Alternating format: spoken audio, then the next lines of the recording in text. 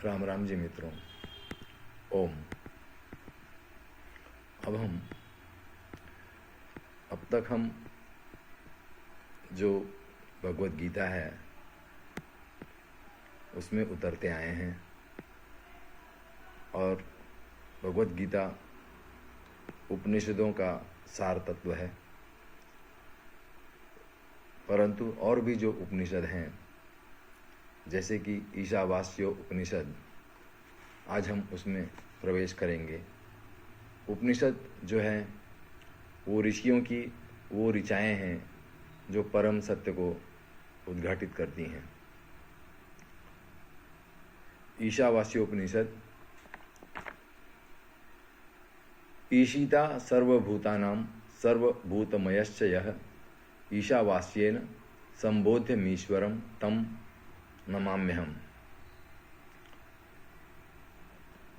उपनिषद को शुरू करने के पहले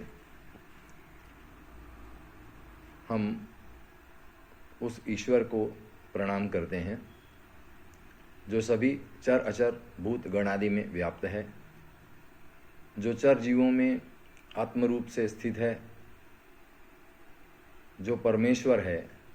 उस परम ईश्वर को हम नमन करते हैं, प्रणाम करते हैं।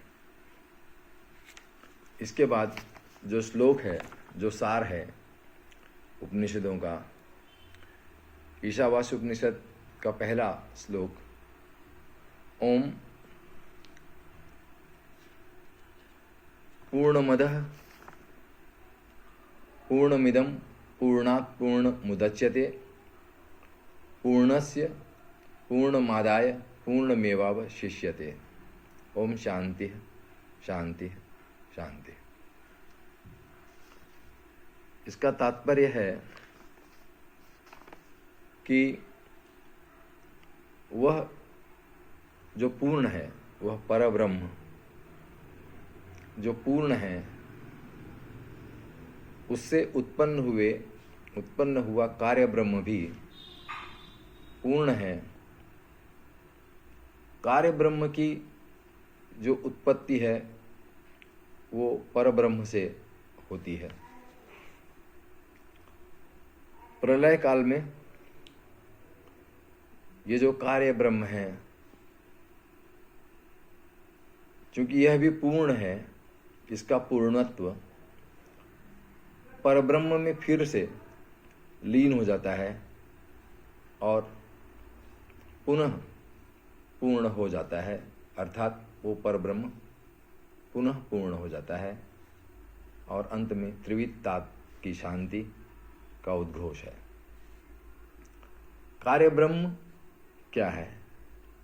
कार्य ब्रह्म अर्थात जो सृष्टि करता है, जो सृष्टि को उत्पन्न करता है और वो समय स्थान और कार्य कारण के अधीन होता है। कार्य ब्रह्म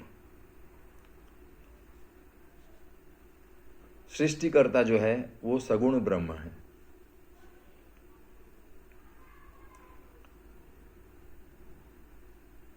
ये लोक ब्रह्मा के जीवन काल के साथ शुरू होता है और जीवन काल के अंत में विलीन भी हो जाता है।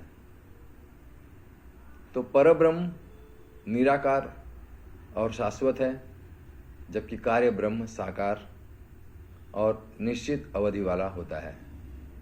इसका स्वरूप ब्रह्मा जी को माना जाता है। वेदांत का जो अर्थ है वो है वेदांत का अंतिम लक्ष्य, और वेदांत का अंतिम लक्ष्य है उस सत्य को प्राप्त करना, उस परमेश्वर को जानना जो उपनिषदों में बताया गया है। अब इतना ही। धन्यवाद। राम राम जी।